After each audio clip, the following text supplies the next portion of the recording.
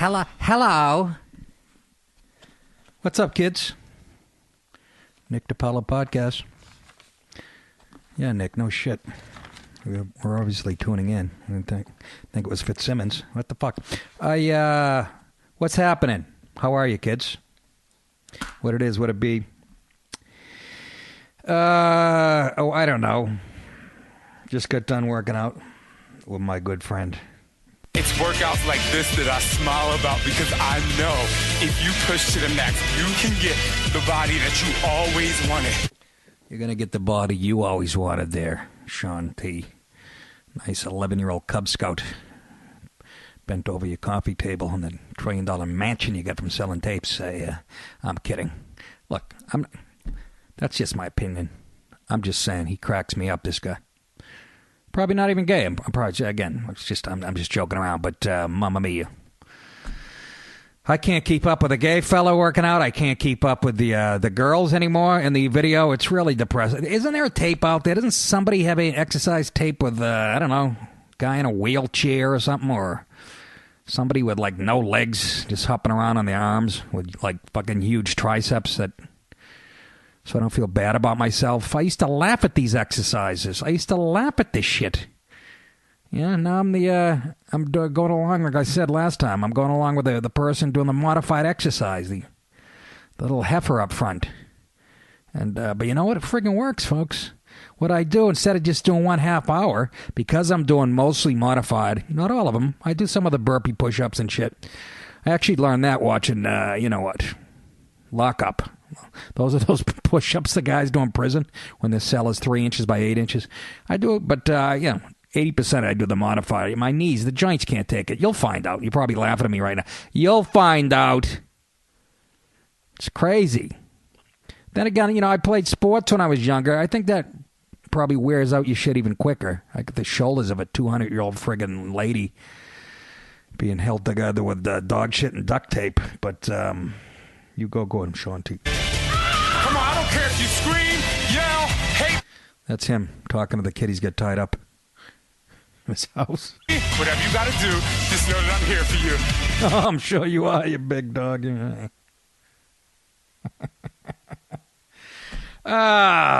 Feel good, though. The heart rate goes through the roof, man.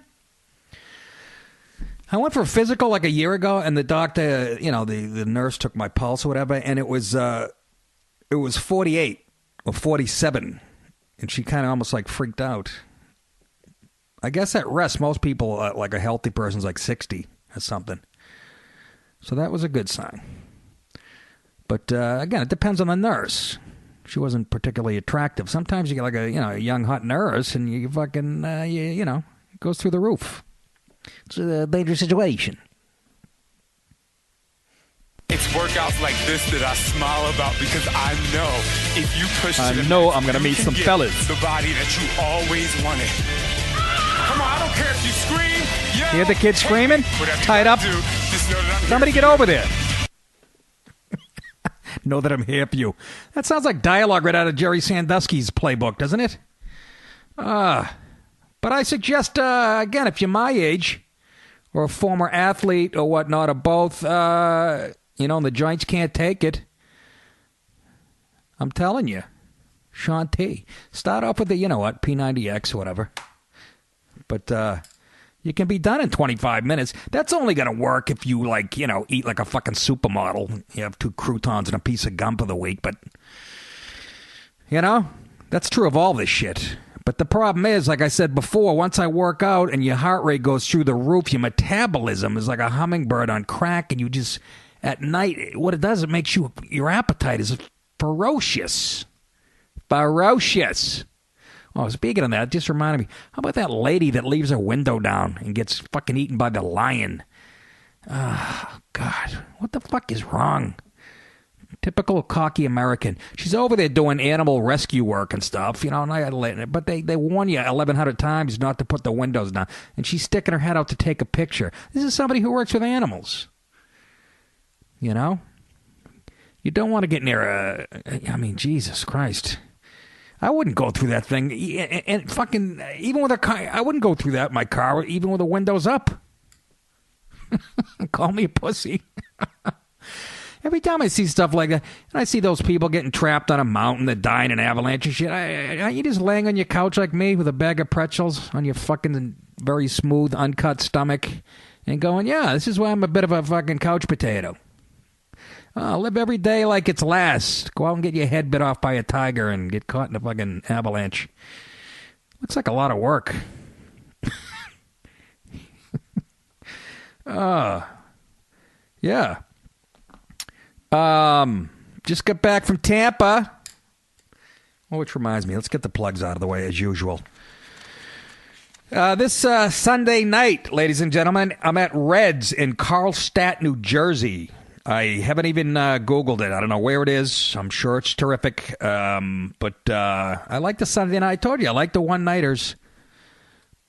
It's kind of fun because you can watch me implode with new stuff and just winging a lot of it. And you see the process in action.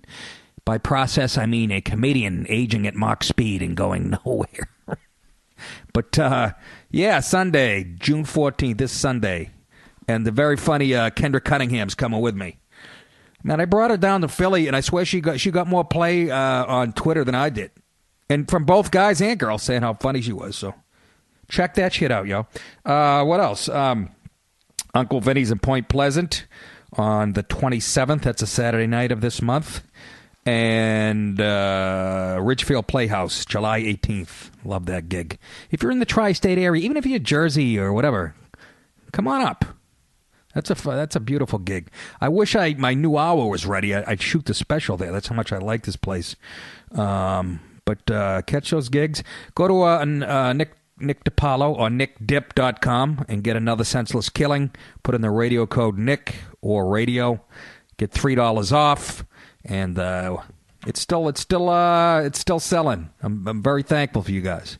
I was at Tampa at Side Splitters, and kind of an interesting weekend. Good crowds. They're good to me down there. It's all New Yorkers and you know, ex-New Yorkers and Bostonians, and it's so funny. It's just like doing a gig up here. It's great. Only the broads are more tan and in shape. And that Tampa, we talked about this. I know me and Artie both talked about this, and then we talked about it on Nick and Artie. I laughed because he had the same take as I do on Tampa. Somebody does a bit about it, I think. Maybe Norm Macdonald. But there's always a couple that'll come up to you in Tampa after, and they want you to go home and fucking get involved with them. It's hilarious. It never fails. You know who you are out there. And I'm not talking, you know, I'm married. I'm not going to do any of that shit anymore. But, why? But, I know Artie talked about it too. They always come up and like, yeah, we got a hot tub, and that was actually Norm I was doing there. But this drunken couple comes up to me. They hand me the car. They have an art gallery. Yeah. Guy's like, I'll get you a nice piece of art. And why don't you come back to the house? I'll show you this stuff. Yeah, sure. In other words, you break your dick off my wife's ass, and I will give you a paint by numbers. My cousin did. He's retarded. It was a hand turkey.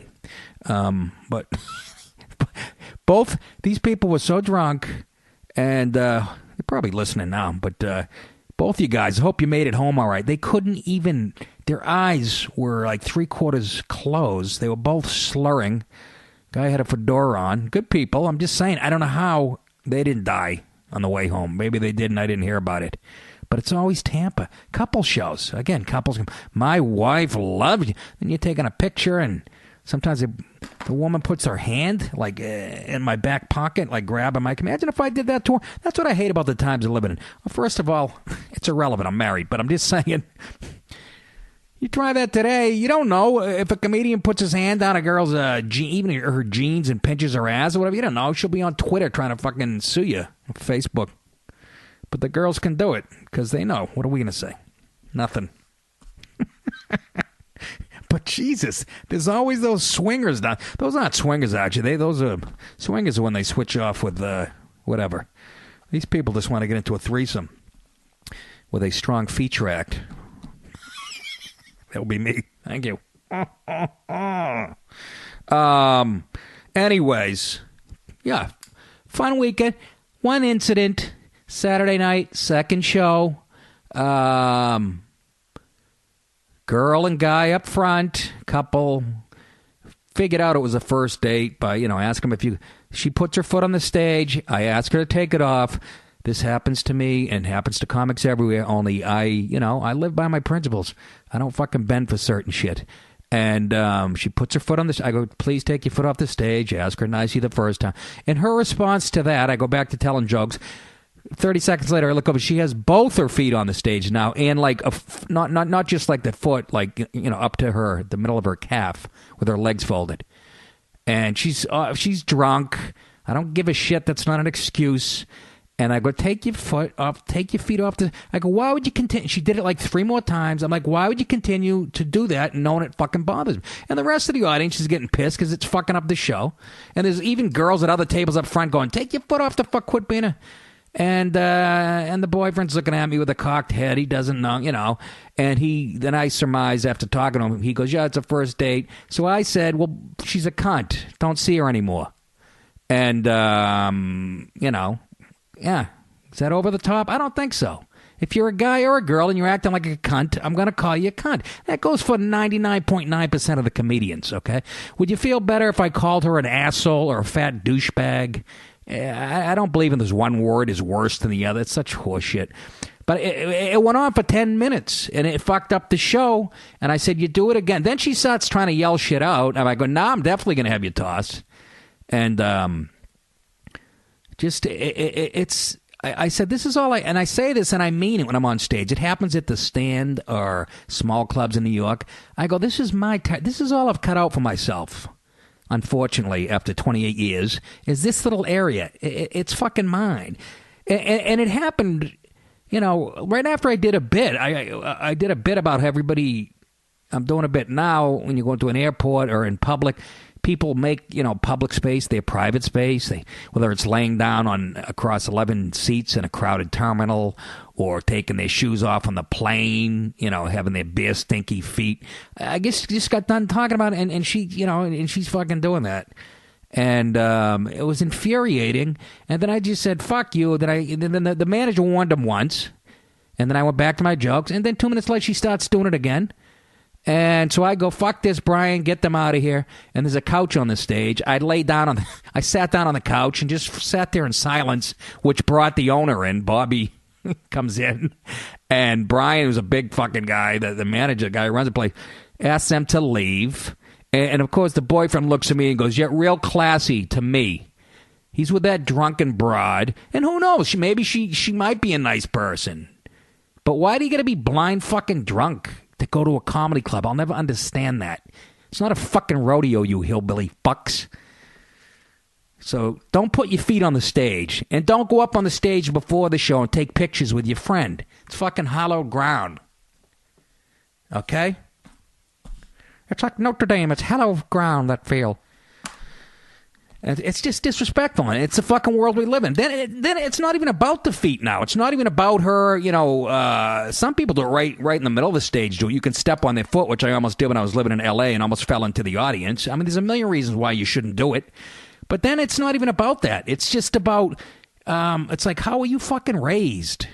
You know what I mean? Just total, I can do anything I want. And again, 99% of the time, it's chicks. Really 100%, but I know if I say that, I'm going to sound like I don't like women, and that's how the world works today. But it's always a girl with a few drinks in her. She's got a vagina, so she's the center of attention, and she can do whatever she wants. But it's not, I mean, that mentality goes male, female. I don't get it. It's not how I was fucking raised, and most of the people in that room were with me, so I'm guessing they weren't raised that way either. But when you go to a mall or a fucking airport and look around, fucking people are they're fucking entitled. She was, she was in her, I don't know, she might have been late 20s, early 30s. But and I don't care if you get drinks in you. What the fuck? Why do you think you can do that and get away with it? How are you fucking raised? Then it becomes a philosophy on life. And I said that after they threw them out. I go, that wasn't even about her foot being on the stage. It's about her going, I can do anything I fucking want. And you can't. Your fucking rights end where mine begin. Keep that. Try to live life like that. And that goes for the dickheads on the fucking airplane in front of me with kids. The kid's got like a video game thing, but he doesn't have headphones on, and he's cranking it, and I see other people getting mad. All I have to do is see other people getting annoyed, and then my annoyance goes away. Just going, okay, I'm not crazy. But it's fucking unbelievable, man. No civility left in the world. And so they tossed those people. And the guy's saying to me, and I wasn't holding it against the guy, but he goes, yeah, real classy or something. I asked him, I go, am I right here? He goes, I think you're out of your mind. Really? Then you should marry her. That's what I said. It just fucking, it makes me sick. That's the type of shit that shaves years off your comedy life. But it happens. You wouldn't believe how much it happens. And when I tell my wife, she even freaks out. She goes, I can't believe people do that. It's, I don't know. You see it at the comedy. So somebody else mentioned that to me, some other comics, that I hate when they go on the stage before the show to take pictures, which is not really allowed, you know. Neither is having your cell phone on in the fucking showroom, so shut it off. That's the other thing. You tell somebody to shut off their cell phone, and all of a sudden you're the douchebag somehow. And the reason we ask you to do that, folks, is because we don't know if you're recording the show or not. Comics are working on a new hour. They want to put it together. You fucking record it and then put it up on YouTube. And you burned 8 minutes or whatever. You know what I mean? And we can't. That material is burned. So, but what are you going to do? What am I going to do? I'm going to join ISIS. What the fuck? They seem to be the only people that have a purpose in life. You know what I'm saying? Sure you do. It's workouts like this that I smile about because I know if you push to the max, you can get the listen to body that guy. you always wanted. Come on, I don't care if you Oh, come on, Jimmy. Shut your mouth. hate me. Whatever Shut you your gotta mouth, do, Jimmy. Just know that I'm here for you. I'm here for you. What the hell you are. And the other thing is, like I said, it's usually drunk women that get that, because guys know after they push it to a certain point, then there's going to be a physical altercation. At least that's how it used to be till fucking lawyers ran the world. But girls know you're not going to, jump down off the stage and choke them. And it's alcohol. Like I said, I'm sure she's probably fine, sober or whatever. So, but it just the other thing is, so I'm in such a blind rage when I went and sat on that couch that's on the stage right on the stage. It's like I'm sitting on that couch, and I'm still going back and forth with them. I didn't even see the owner, Bobby, get up on the stage and sit down on the couch next to me. So I'm staring at that table, watching the manager throw him out. Then I looked to my left, and I jumped a foot. It was like I did a take, like in a sitcom. I didn't even see him. He crossed in front of me and sat on the couch. That's kind of scary, isn't it? That's fun. Some type of tunnel vision, getting that fucking... Anyways, just don't do it, huh? Interesting flight home, by the way. Thank you, Delta Airlines. My flight was at 8 a.m. Of course, I did a few shots of Jack after the final show on Saturday night to smooth myself out, and a couple Heinekens, I think, whatever, because I know I'm not going to sleep anyways. Between the altercation and the show and I'm wound up. Go back. I'm hearing sirens, and I'm not in the city. I'm up in the woods. So I go back to the hotel, whatever, and watch TV till 2:30. I got a cab picking me up at 6:30 in the morning for an 8 o'clock flight.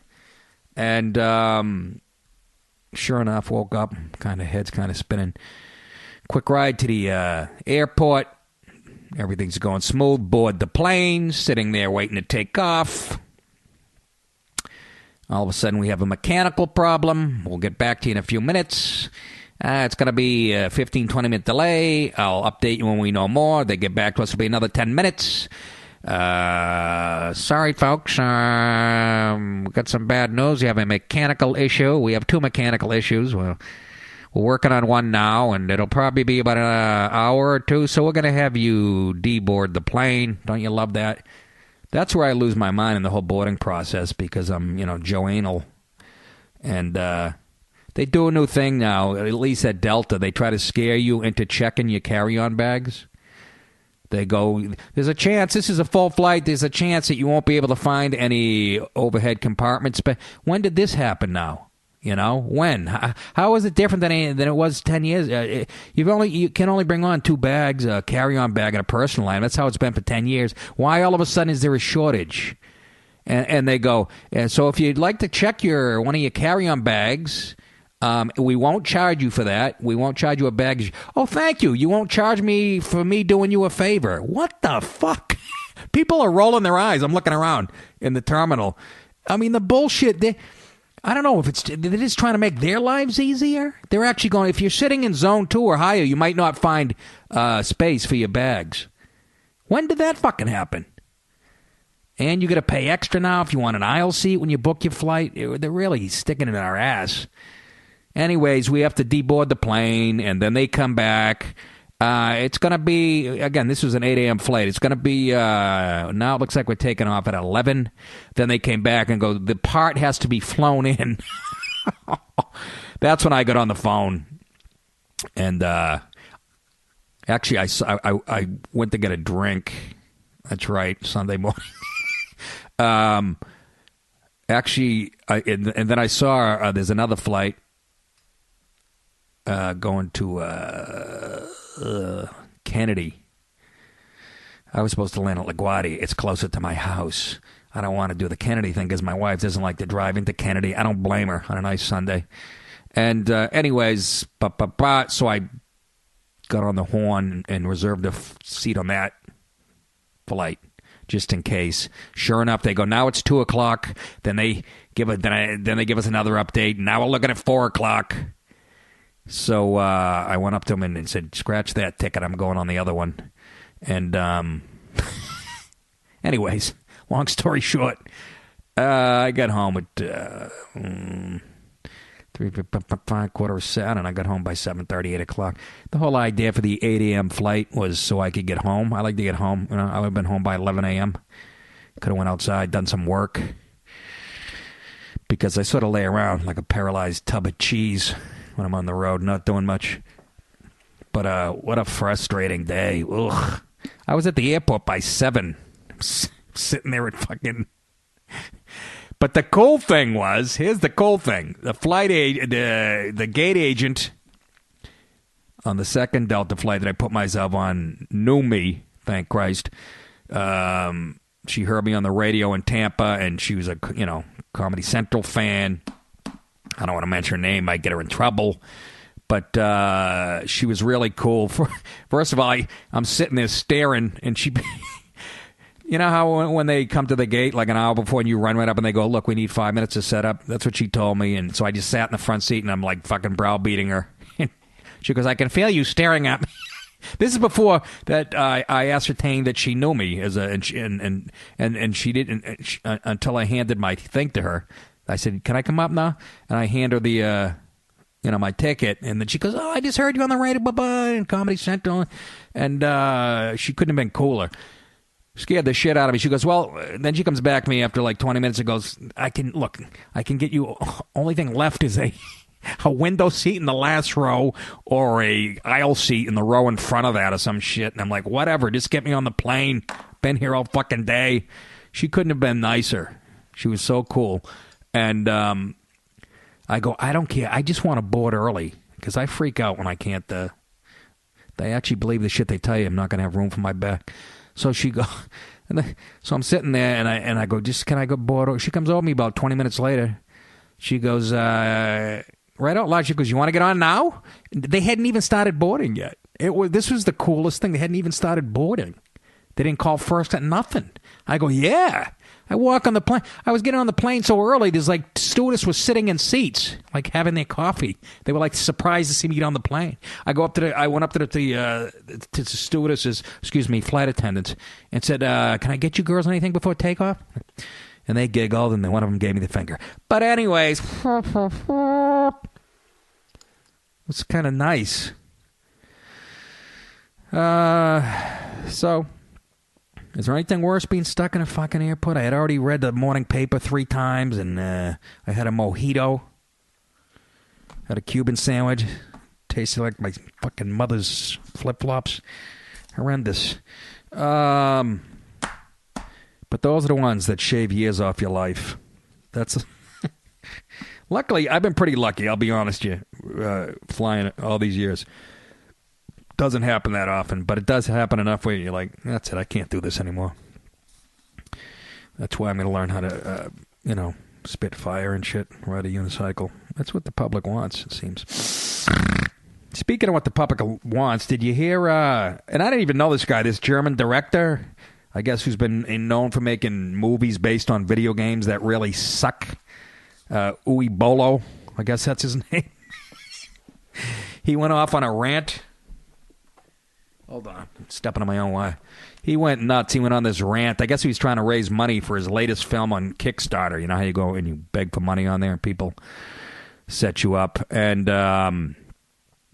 it's just hilarious because I guess he makes shit movies. I had never heard of him and never heard of his movies. Again, I don't play video games. I'm an old-fashioned guy. Still like tits and pussy, and I don't give a fuck about Marvel comics. Those are for nerds, and then that's the type of shit we're putting up. So I actually agreed with a lot of the stuff he was saying. He just went nuts on...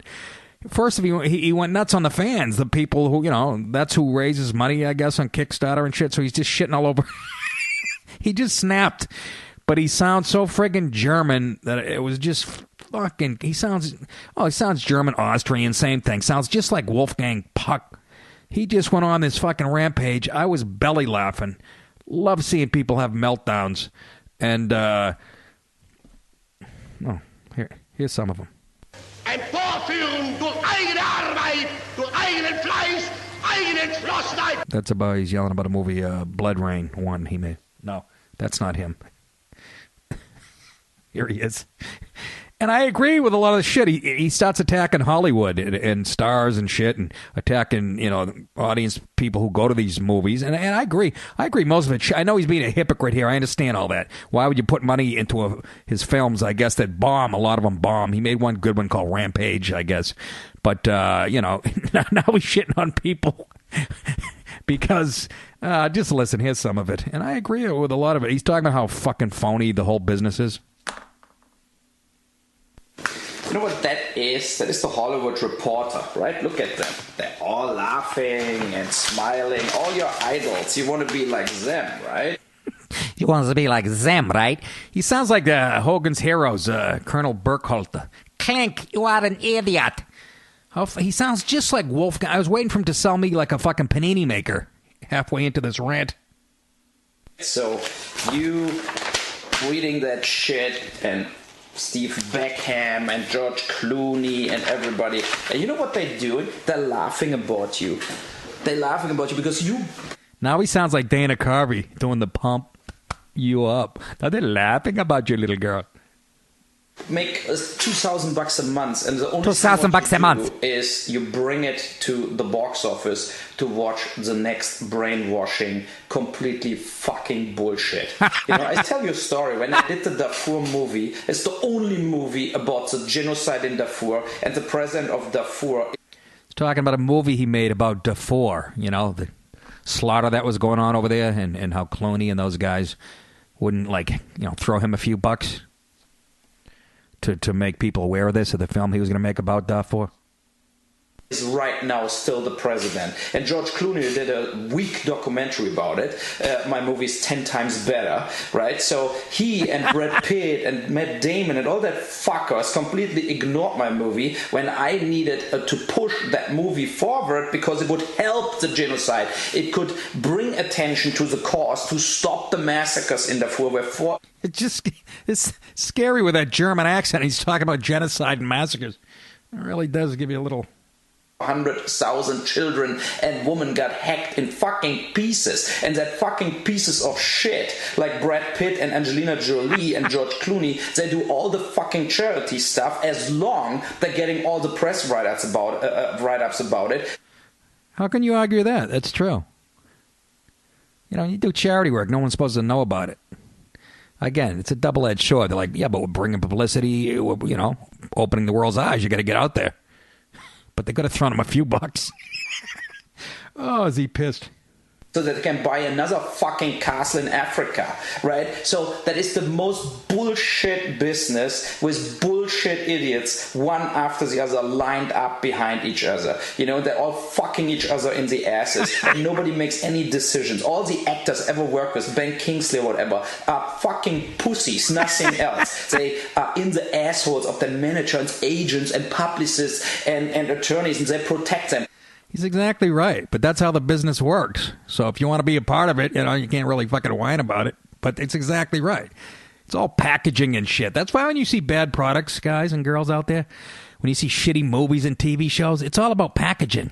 We'll get we have to have Julia Roberts and so from CAA, and they put the, you know, it's all fucking has almost nothing to do with talent at that level anyways. It really doesn't affect me at Reds on Sunday night in New Jersey. And that is like how Hollywood sucks out the capital of so many rich people or people around the world. They're sucking all the capital in so that they can fucking drive a Ferrari in Beverly Hills, you know. But overall, they're lying, cheating, stealing. And the movies don't make any money, right? That's all bullshit. The money is all paid by investors or hedge funds or whatever. They all lose their fucking money. That is my message to Wall Street and so on. Good luck in recouping any money out of that fucking assholes. And they all laughing their asses off, nothing else. They are like, ha, perfect. An idiot gives me $10 million fee to make a $25 million movie, what gets $30 million advertising on top to make $20 million back. And then goodbye, investor. Fuck yourself. I find another retarded Chinese Alibaba idiot or another fucking retarded India Mittal steel magnate who wants to see his fucking yacht in front of Cannes to fuck models they find on the Crozet running around. That is the film business. It's like a dirty pieces of shit, and I never played that game. I made movies and focused on the movies, right? And that is how I operate. You know, it's so pissing me off how fake that business is, but also how the young people of today falling in the fucking trap because they're all stupid, you know, like wake the fuck up. Iron Man is not existing, the Avengers are not existing, these are all fucking retarded. I'm with him on that 1,000%. What the fuck, are we 12 years old? Flipping through HBO the other night, it's like Captain fucking Fantastic, Spider-Man 2, Batman 3, Jesus fucking Christ. Glad I used to bully you fucking nerds. That's a joke. Didn't bully anybody. Well, a couple of kids, but they didn't like comics. They were with me on that one. Idiots. And Robert Downey Jr. and all that people, yeah, they are idiots, and not idiots, they just grab the money and they're laughing their asses off that the people pay money for that stupid, absurd shit what they're shooting, like Captain America and all that completely crap. You tell him, Hitler. It's like fucking unbelievable. And then every year they're pulling off some art house piece to run with for the Oscars, you know, so that it looks like, oh, they're real artists. And from time to time... Yeah, they throw out well, I was going to say Schindler's List, but he makes good. Fucking Spielberg's great. But they'll throw out an art film just because they know the rest of it they're going to be making fucking Captain America 3 and the Green Hornet and all that shit. This way you can still think that they're into the art form. I thought it was a pretty fucking salient point. They just do a stage play on Broadway that they're looking like, no, I'm a real artist. Yeah, of course, because I made $50 million to shoot a fucking superhero movie so I can play for free for 2 months at the Broadway where I get some raving reviews and it looks like I'm all in it. No, but they're not all in it. It's all about the fucking money. They're fucking assholes and retards and they're not even able anymore to... Well, what are you in it for? What are you in it for? What are you... is this really news to this guy? It is all bullshit about the art. It's about the art form. I'll tell you, if I could do it over again with stand-up, I think I'd be doing a nice, clean dick joke act. Packing out fucking, you know, whatever. I thought it was about the art, too. Doesn't he sound just like Wolfgang Puck, though? Create a piece of art or a movie because they're spaced away. In talk shows, they're sitting there and saying, I'm one of you know, I'm Jenny from the block. And then what is Jennifer Lopez? Like a fucking demanding Mexican bitch, nothing else, who wants to fly with a private airplane. But calls her Mexican. Jenny's from the block. She's Puerto Rican. Hope I'm right. Not that it matters, but this is what bothers me. So I watched this clip like on YouTube, and then I'm reading all the comments afterwards and shit, and this fucking, it just goes to show how brainwashed you guys are by the fucking left-wing media. The people were upset because he was saying racist shit, like not knowing, that Jennifer Lopez wasn't Mexican. That's what they were focused on in the fucking people arguing with each other online. It just so shows how deep that politically correct horseshit runs. A couple people commented on him being a hypocrite and shit, but more people upset that he said, Indian piece of shit and she's Mexican. Who gives a fuck? Who gives a shit? And these are young people, I'm guessing. Who else is going to be talking about this shit on the internet? But they're upset that he's, and he's a racist asshole too. You guys, it's in your fucking DNA. They have brainwashed you fucking beyond belief, man. Ugh. At the same time, she would say, we have to take care of the environment in a talk show, right? And then they're demanding private airplanes. It's so fake and absurd that I really wish they wouldn't get fucking wiped out, because that is why I did Rampage, and that is what the guy says, we have to fucking kill the rich. Have to kill the rich. In the clip, he says he has enough money to play golf. That might not have been in this clip. There was 2 clips. But he says that, that's how he justifies it. He has enough money to play golf for the rest of his life. So then at the end he says, kill the rich. Well, you'll be first in line there. But cracking me up.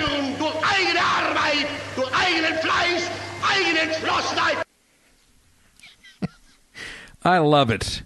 But the fact that people are, more upset about him. You know what? If you go to see a movie based on video games and it sucks, I'm glad he took your fucking money, you fucking nerd. Ugh. Here are some of his beautiful films that he put out. I've never even heard of any. Alone in the Dark. Blood Rain. He made 2 of those. Blood Rain 1 and 2. In the Name of the King. House of the Dead. 1 and 2. Blood Rain, Third Reich. Rampage. A lot of the idiots were saying that's the best movie that he made. Rampage. I'm sure Siskel and Ebert would disagree, and they're probably dead before. Just fucking... I love it. Calling Clooney and Pitt ass fuckers and shit. Just feels good to hear the truth, doesn't it? It's the one thing about living in politically correct times. It's just so refreshing when somebody just cuts fucking loose. How the whole world doesn't do it now and have a backlash to this insanity we're living in. I don't know, kids. Check my levels here. What the hell else going on in the world? The other thing about the hotel in town, I didn't know you could have some hotels, you get pets in there. Somebody had a couple of chihuahuas or something, little dogs. I was listening to that, trying to take a nap in the afternoon. And then they'd start howling in unison. I wasn't even getting mad. I was laughing. Wasn't even, I don't know, because I've snuck our dog into a hotel, so I can't be a total hypocrite. But I guess some hotels allow it. Maybe I'm sneaking them in when I don't have to. But these dogs started friggin' howling together. It's fucking hilarious. And but only for like a few minutes, and then there'd be dead silence. I'm like, did so many people leave? I didn't hear anybody coming in and out of that room the whole fucking weekend. Poor dogs are probably shitting and pissing in there. I'm doing Anthony Cumia's show, his podcast tomorrow, kids. If you want to watch that, I think it starts at like 4 p.m., doesn't it? 4 or 5, I don't know. I get down there. So watch that. Watch that show. What the hell else did I want to touch on?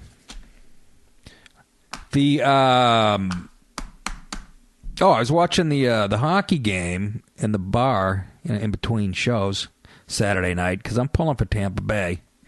They're playing the Blackhawks. I know you guys, but it's so funny. With about 6-7 minutes left, their starting goalie, which is like your starting pitcher, had to leave the game. I guess he left a couple times. I guess I missed it earlier in the game. He might have left it. or maybe earlier in the series, but he left the game and they bring in the secondary goal. And just kidding around, I go, he must have to take a dump. Just kiddingly. Now, that's the theory out there today.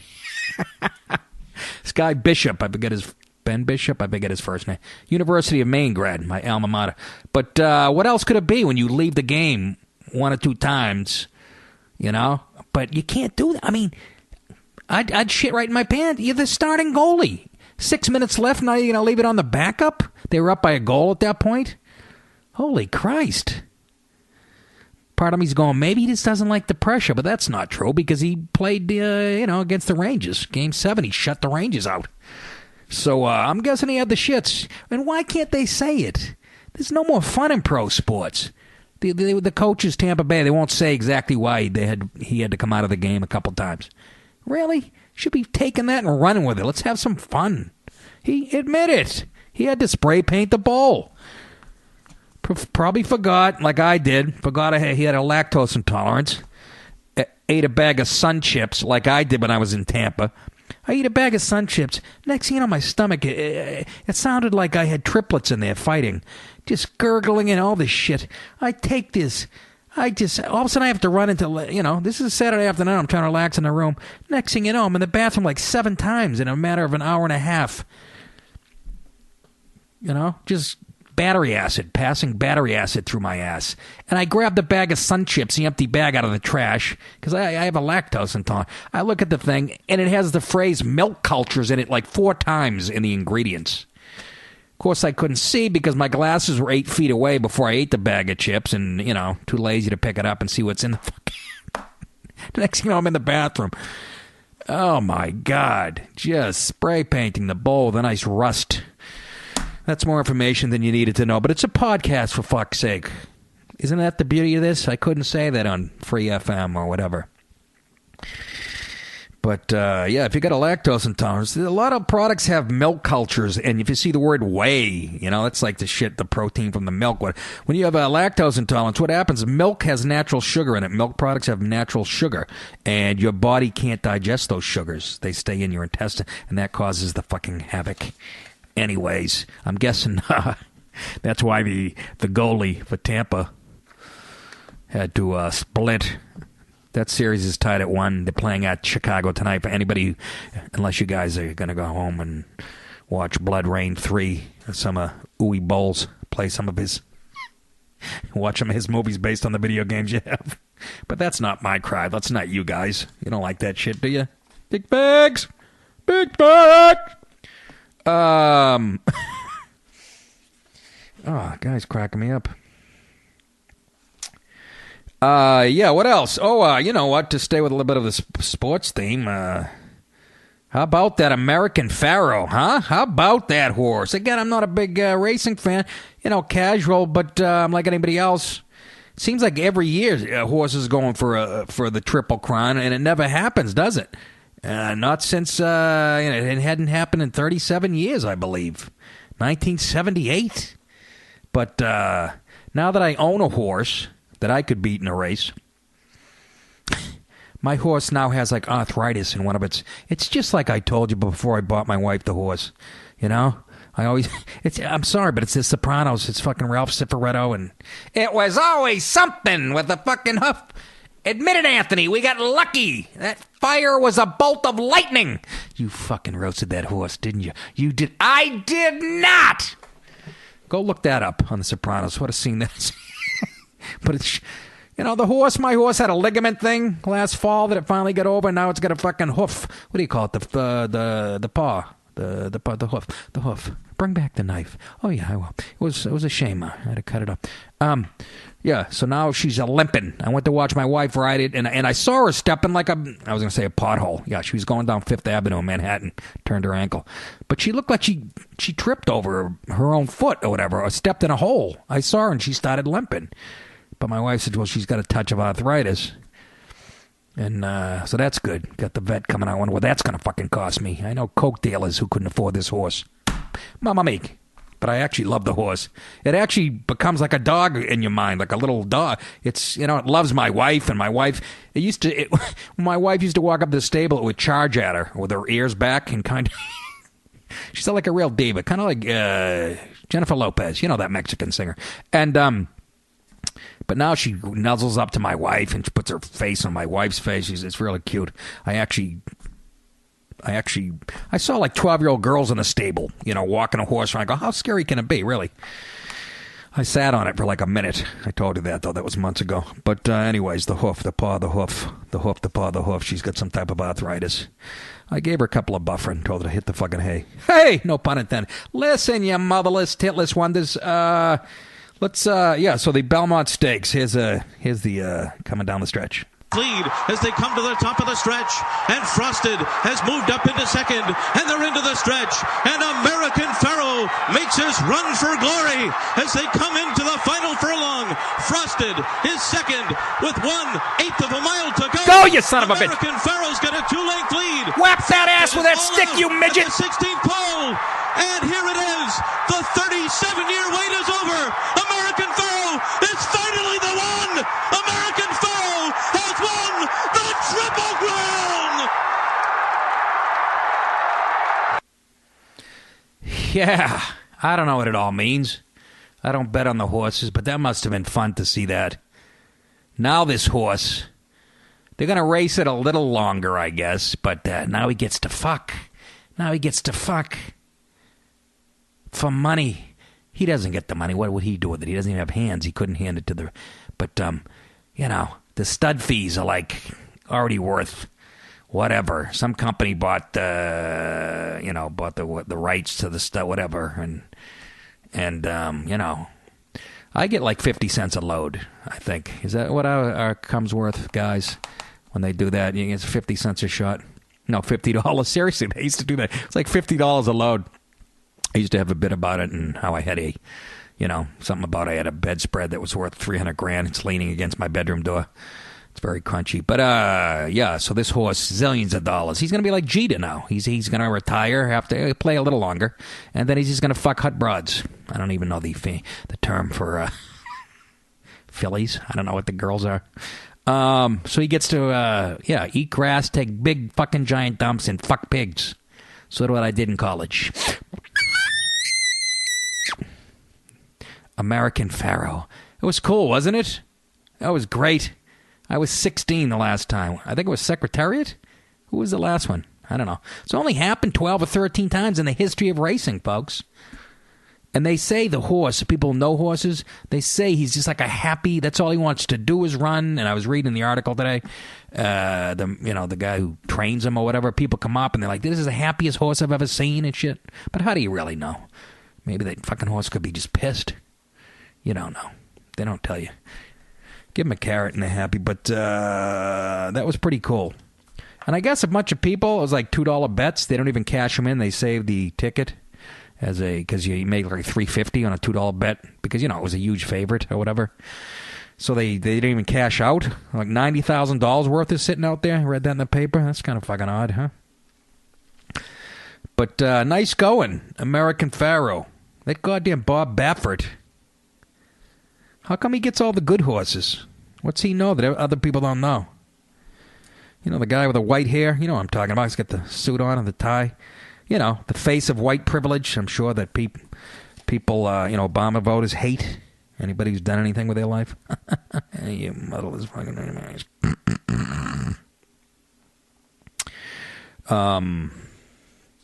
Yeah, it was kind of an interesting weekend as far as sports go.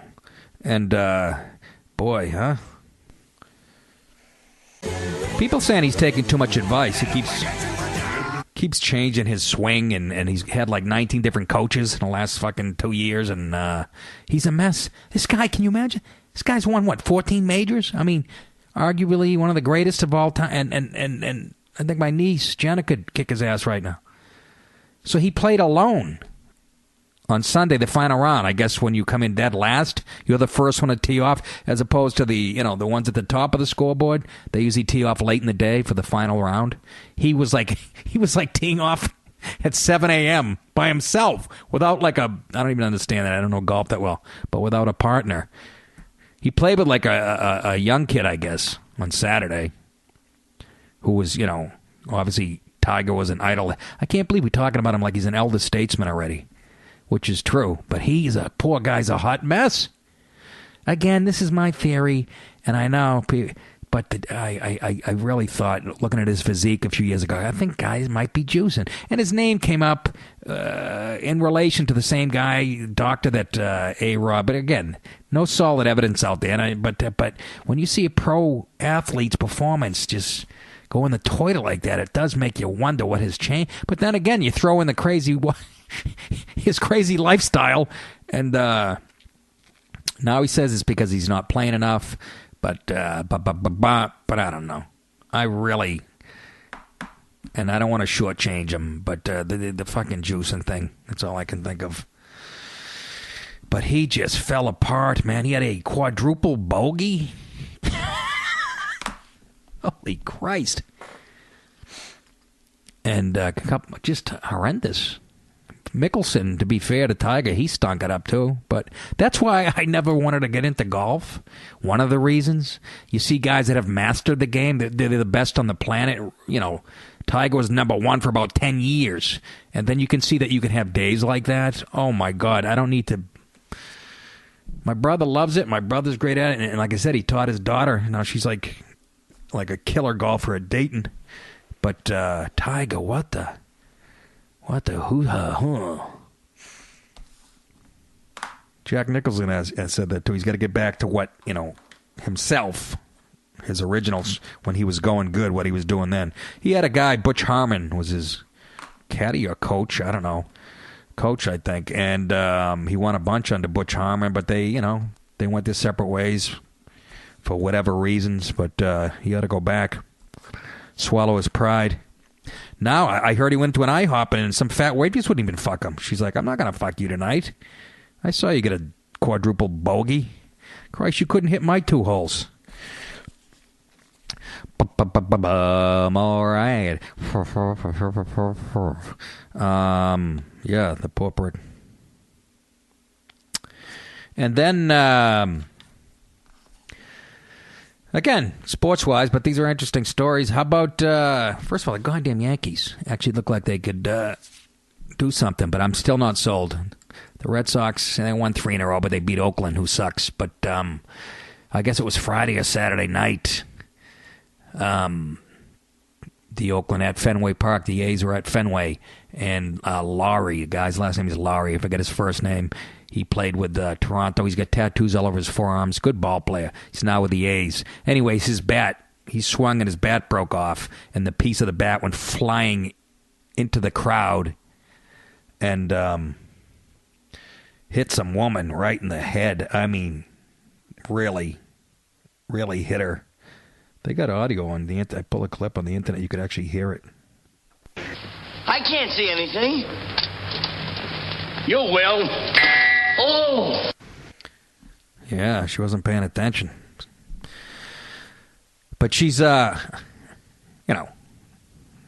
to be, I think she's going to be fine, but she was in serious condition. Serious condition. Serious condition. It's a dangerous situation. Right in the head. Opened her up like a fucking ripe melon.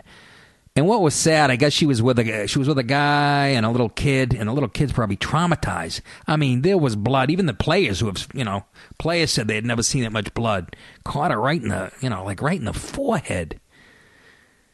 But you gotta always pay attention when you have seats like that, especially at Fenway. Fenway, it's like being at a Little League game. You're like 6 feet from the field when you get those type of expensive seats. And she had to be distracted or talking to somebody or something, because when a bat breaks, it's coming at you like a propeller, and she was a ways down the line. You know what I mean? So, hope she's all right. Feel bad for the kid. I was at a game when I was in high school. My brother-in-law was a great ball player, All-American baseball player, and he was playing in one of those semi-pro leagues after. And he hit a line drive foul ball into the stands. And my sister Donna, she's not the one that ended up marrying my brother. It was my sister Darlene. She wasn't at the game, but my sister Donna was at the game. Anyways, my brother-in-law lines went into the stands, hits my sister on the wrist, like blows her watch right off. You really gotta watch it. Gotta watch it. I told you I saw, right, when I was a kid, I was watching one of those semi-pro games down the Twy, we used to call the field, and this guy, I think it was Kenny St. Pierre, hit a blast. I might have told this on one of my first podcasts, but he hit a blast that was going. It was going to be a home run. It was heading for the light standards in left field. This guy ended up getting drafted in pro baseball and football, by the way. Played football at the University of Indiana. He's passed away since. God bless him. He was just a scary, great athlete. But he hit a blast that was on its way. It was going to be a home run by 100 feet. And all of a sudden, the ball hit something in the sky and fell out of the sky onto the field. And then you saw something else fall, and it was turned out it was a bat. You know, bats go after this shit with his sonar or whatever. He killed the bat. I couldn't believe it. I was standing next to my good friend's dad, Mr. Pike. And he looks at me and he goes, "Did you see what I just..." I go, "What the fuck?" And then I see the left fielder go over and reach down and pick up and hold this thing. We thought it was a bird. It looked like a bird, but I believe it was a bat with a hit baseball. How fucking... You wouldn't see that in a trillion years. It was very odd. But, yeah, so now they start talking. This woman gets hurt, and now they start with baseball has to do more. They should put up more safety netting. And no, they shouldn't. No, they shouldn't. Here we go with the over. This is how you solve it. Let's use reasoning and logic. This is what you do. You go, how many people have sat in that seat or in that area over the last 70 seasons at Fenway and got hit with but the game has changed. No, it hasn't. Not to that point. A bat could break back. They break more now.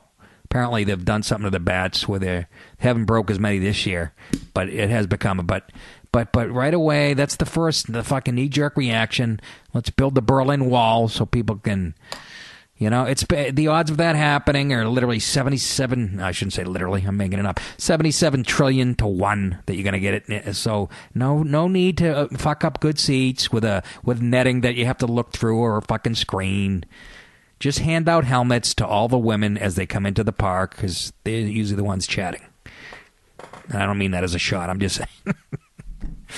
No, it happens. It can happen to anybody, but not to the point we have to change it, okay? It happens once every millennium. So come on, let's not get fucking crazy. Huh? They'll be handing out helmets to all of us as we come into Fenway now. Wait, the box seats? Here, put this on. I think she's going to be all right, but Jesus, she was like in serious condition. And then... I remember when I was around 1977, I was 15 or 16. I think a guy named Stapleton, I think his name was for the Red Sox, lined one, foul ball into the crowd, and it hit a kid. I remember Jim Rice went into the stands and was picked this kid up, and Jim Rice had like blood on his shirt, and it was like, holy Christ, never seen that happen. Do you know one person has been killed by a foul ball in the history of Major League Baseball? And do you know who hit the ball? Do you know who hit it? I'll give you a second to Google it. No, it wasn't Alan Craig. He's never hit a ball. He's hitting negative 129. It was Manny Mota. I don't know if he was a Dodger back then. Manny Mota, who was known for, I think he was known for getting hit by a lot of pitches, ironically. Holy moly, that's a sign the show's over.